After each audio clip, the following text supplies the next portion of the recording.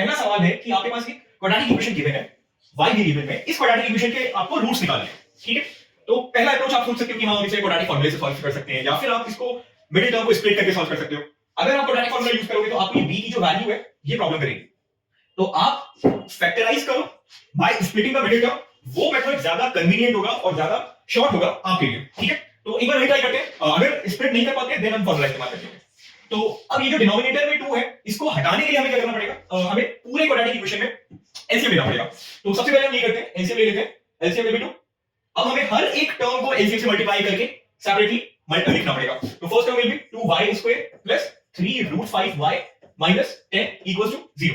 अब इस 2 को हटाने के लिए आप क्रॉस मल्टीप्लाई कर दो। You will get 2y² plus 3√5y minus 10 equals to 0। अब आपके पास जो क्वाड्रेटिक इक्वेशन है, आपको इस क्वाड्रेटिक इक्वेशन को सॉल्व करना है by splitting the middle term. अब मिडिल टर्म को स्प्लिट करने के लिए क्या करना है? आपको 3√5 को दो नंबर्स में स्प्लिट करना है कि उन दो नंबर्स का प्रोडक्ट कितना है? a मल्टीप्लाई बाय c के इक्वल है। और इक्वेशन के अकॉर्डिंगली a और c की वैल्यूज क्या है? 2 एंड -10। तो प्रोडक्ट क्या आएगा आपके पास?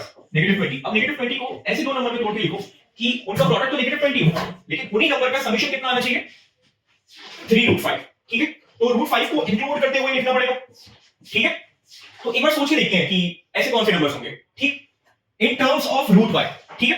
तो अगर हम 4√5 को मल्टीप्लाई करें अगेन √5 से, तो जो दोनों का प्रोडक्ट होगा वो तो 20 होगा, लेकिन हमें -20 चाहिए। तो हम इन दोनों में से कोई सा भी एक नंबर नेगेटिव ले सकते हैं, ठीक है। लेकिन अगर हमें इन्हीं दोनों नंबर को अगर ऐड करना पड़े तो हमें 3√5 चाहिए, और वो भी पॉजिटिव 3√5 चाहिए। तो एक काम हम ये कर सकते हैं, √5 को नेगेटिव कंसीडर कर लेते हैं और 4√5 को एज इट इज पॉजिटिव रख लेते हैं। तो मिडिल टर्म हमारी यहां से स्प्लिट हो जाएगी 2y² positive 4√y minus √5y minus 10 equals to 0, ठीक है।